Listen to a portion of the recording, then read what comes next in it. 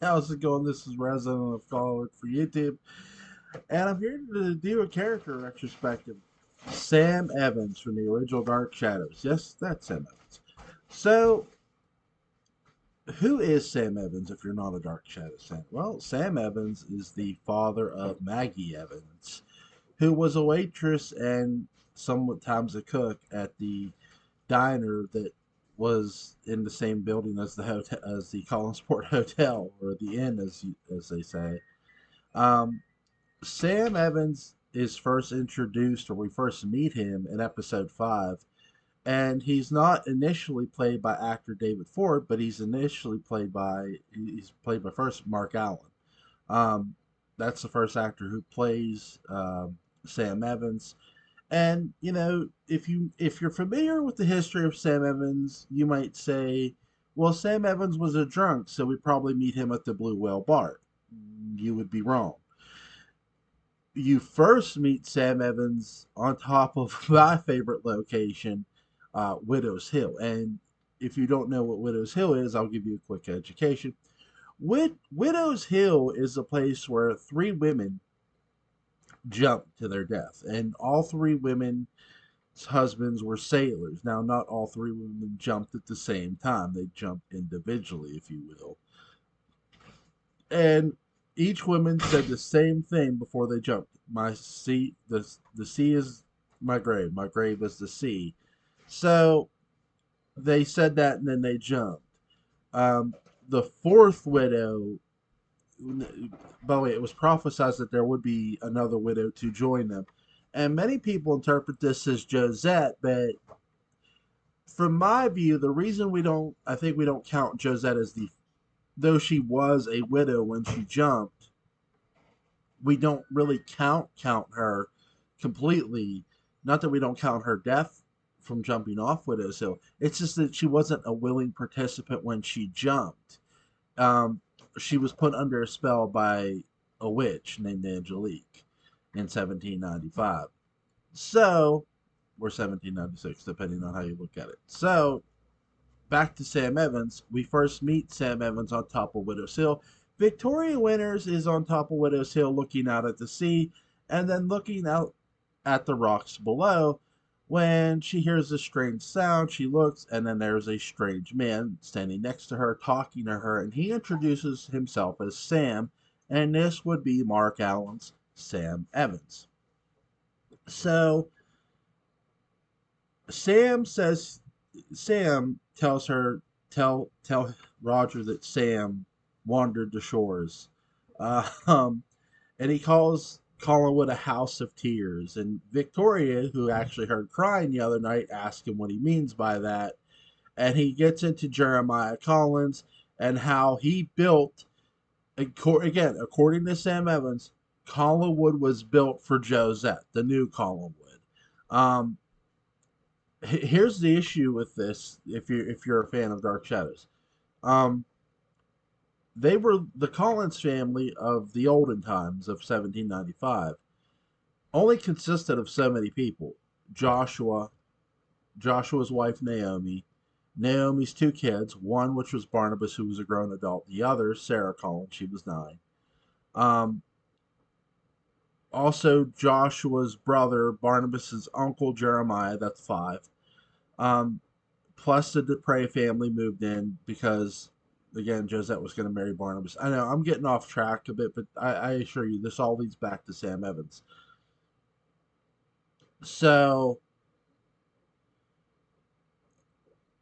according to Sam, the Collinwood is built for Josette. Is he right or is he wrong?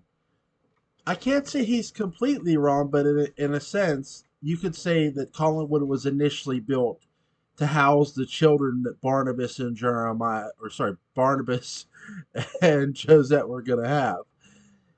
The issue becomes Barnabas and Josette never get married because of Angelique. She plants a lot of doubt, a lot of seeds. She casts some spells for Jeremiah and Josette to fall in love with one another, and they do, and they end up getting married. So the Collins family history book, though it lies, it sort of tells a half truth. Yes, was the house technically built for Josette, technically, yes, it was, but it wasn't built for Jeremiah and Josette. It was actually built for Barnabas and Josette to house their new kids. Um, Me personally, I sort of sub to Patrick, my buddy Patrick McRae's theory on this. Even okay, there are 40 rooms in Collinwood. There are a lot of rooms in the old house. I don't think Barnabas and Josette were going to have 40 kids. I mean, maybe, not, maybe, but I don't think so. That'd be a lot of sex. I'm kidding. I would though. But back to Sam Evans. So Sam Evans says that Collinwood was built for Josette, and that Jeremiah, caused her a lot of pain.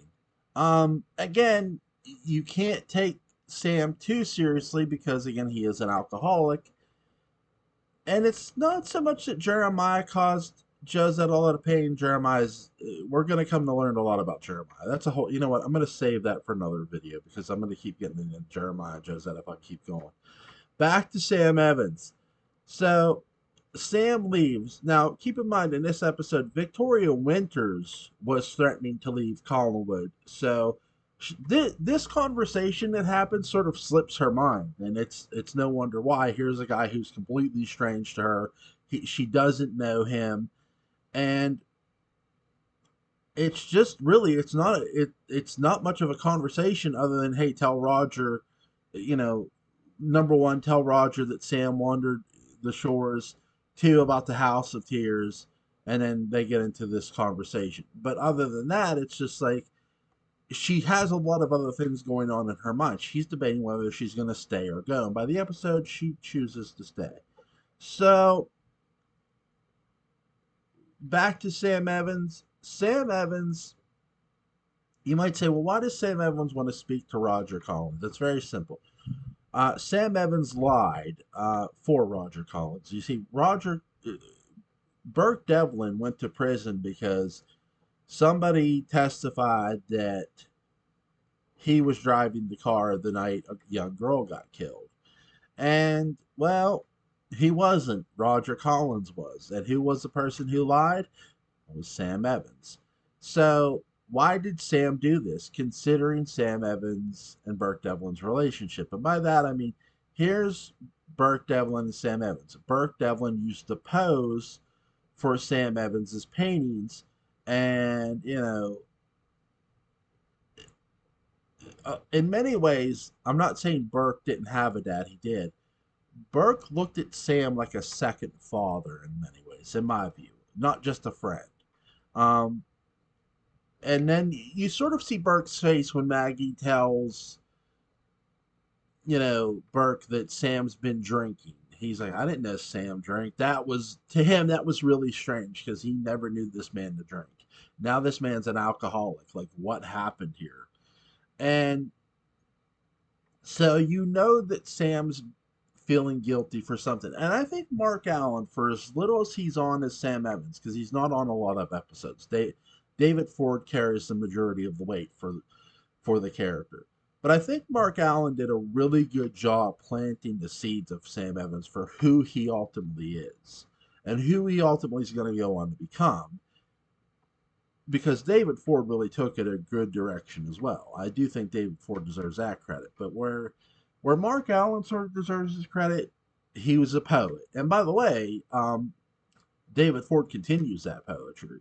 Um, the first real painting, the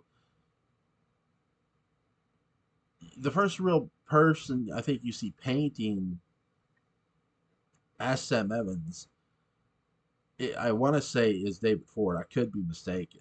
Um, I don't ever remember seeing Mark Allen doing any paintings. I remember him talking about it.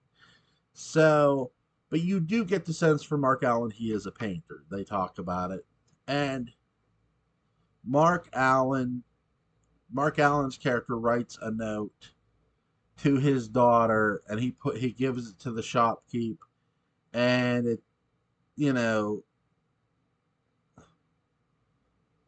or sorry, he gives it to Maggie, she gives it to the shopkeep, and which is Mr. Wells. I said shopkeep, but the hotel clerk, Mr. Wells. Maggie puts it in the letter, and since it's Maggie's letter, Maggie's the only person who can get it out. So Sam Evans can't get the letter out. Though it's Sam Evans's letter. It's Sam Evans' letter he wrote to Maggie, and what that letter says is he confesses to what really happened all those years ago, that it was Roger Collins driving the car. And by the way, this is still Mark Allen. When David Ford takes over, I really get impressed with how quick the transition is. It's really well done by David Ford. He misses no beats at all. Um, he's very he's very direct. He's not direct the way Mark Allen was. I think that's a key difference. Mark Allen would go from quiet and poetic to just shouting. David Ford could go from quiet to loud in the snap of a finger, and I loved him for it. It was really good. Although he could be funny too. I didn't really find Mark Allen's. I'm not saying he wasn't funny, but I didn't personally find Mark Allen's Sam Evans funny. That's just me. Maybe you guys saw something about it. Um, with this character with Sam Evans goes through a lot. So yes, Burke begins to suspect Sam Evans, that something's going on between uh, Sam and Roger. What causes this is Bill Malloy sets up a meeting in Burke's office where three people were going to be there. Um, and prior to Burke had sort of started to suspect something about Sam, and he couldn't get what. Well, when Sam shows up at Roger's office at the request of Bill Malloy, who actually isn't there, and Roger's there, Sam's there, Burke's there, Burke's like, okay, there's something between these two. Bill wanted me to know. What is it? And Bill found it out. Well, you find out Bill Malloy dies. By the way, here's a great question for you guys, and I'll give my theory at the end of this. Yes, I get Sam wandered the hills and he looked for inspiration for painting. Was Sam Evans thinking about jumping off Widow's Hill? Keep in mind, he himself is a widower. He did lose his wife. Now, he didn't lose his wife by sea. His wife died of illness. Um, no, it never says what illness, by the way. Now, I've always presumed that it was cancer, and David Ford really sort of gives a hint that it might have been. His character has his facial expression sort of tells you that his wife went through a lot of pain. Um, so I assume that it's cancer, that Sam Evans' wife died from Maggie's mother. Now, after after these events, Sam cannot get rid of Burke, and he's scared. He runs away from a dinner that involves Maggie Evans and his daughter Maggie and Victoria Winters. And Maggie says, "What's he running from?" And Burke says, "Himself." He's running from himself, and that he's scared, and he should be scared. Burke's getting tired of being, Sam's friend. He's wanted to defend him, but it's like, I know you're not telling me something, and it has something to do with me. It has something to do with the events all those years ago. I know it does. There's that feeling from Burke. And I've already said what those feelings were. Now, many strange things begin to happen to one Sam Evans. And this all commemorates sort of post death of Bill Malloy. When Bill Malloy's death brings about many things. Um, you always get the hint that Josette's around prior to Bill Malloy's death. Well, Josette appears out of the portrait and out of her own portrait, and the ghost of There's this woman who also shows up, and her name is Laura Collins, which happens to be not only Roger's wife, which happens to be Burke Devlin's ex-flame. Here's what's really interesting. This is the most fun I've seen Sam Evans had. This is what I mean where David Ford made me laugh. He's sitting at the bar, he's getting drunk,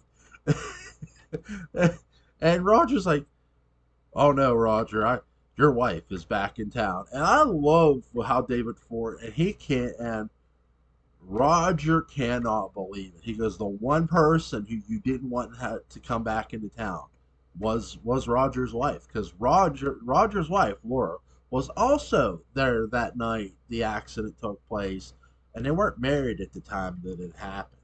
So it's really interesting.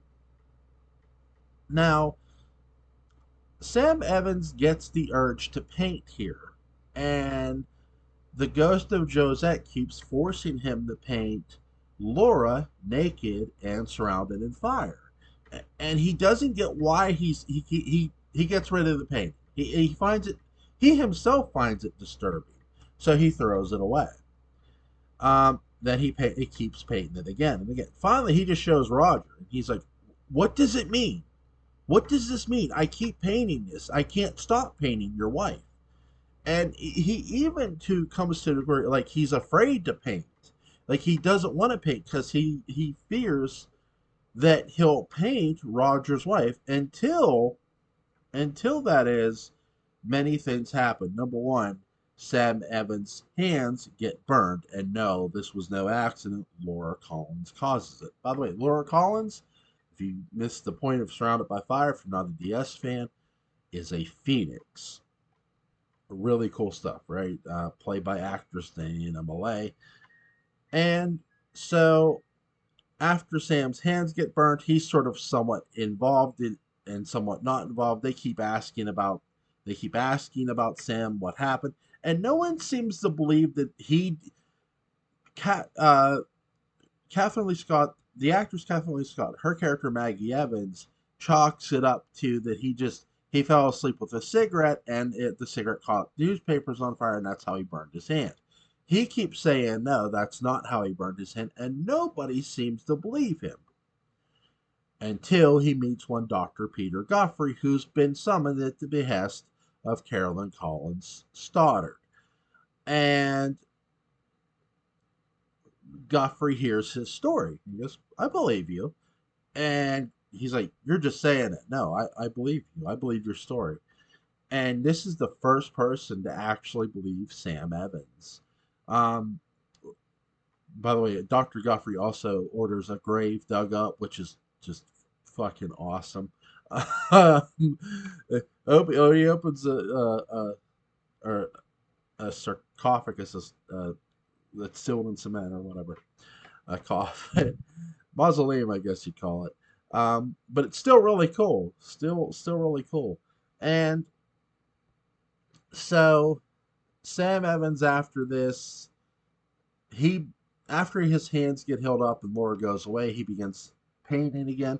He gets a visit from a woman he's never met, and she says about his earlier paintings that she wants them because they would be twice the value of what they were today. Does he know where those paintings are? Well, he goes, "Well, yeah, I gave them to somebody. Get them, and I'll." So Roger has the paintings. And you might say, why does Roger have the paintings? Sam sold them to Roger in order for the money that Roger gave him for the blackmail before, to where Roger gave Sam money to testify falsely. But really he made it look like a business. He had to make it look like a business transaction, so he bought some portraits from Sam, or sorry, paintings from Sam, I should say. And that's the only time that anybody can remember Roger Collins being interested in Sam's work. Um, so Sam Evans gives Roger an ultimatum: if you don't find my portraits, or find the paintings, I'm going to Burke Devlin. He doesn't find the paintings. He goes to Burke Devlin, tells him the truth, tells him everything.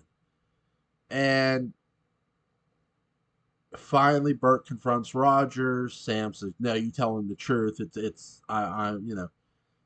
What a great sequence happens." And Liz goes to calls the cops. Burke sees that she's going to call the cops. Burke hands up the phone and says, "Okay." What really Burke wanted to see was how noble the Collins family really are, and how noble Liz really was. And this proved to him that, or she proved to him that she's noble. So no, Roger doesn't go to jail. Roger just goes away for a while.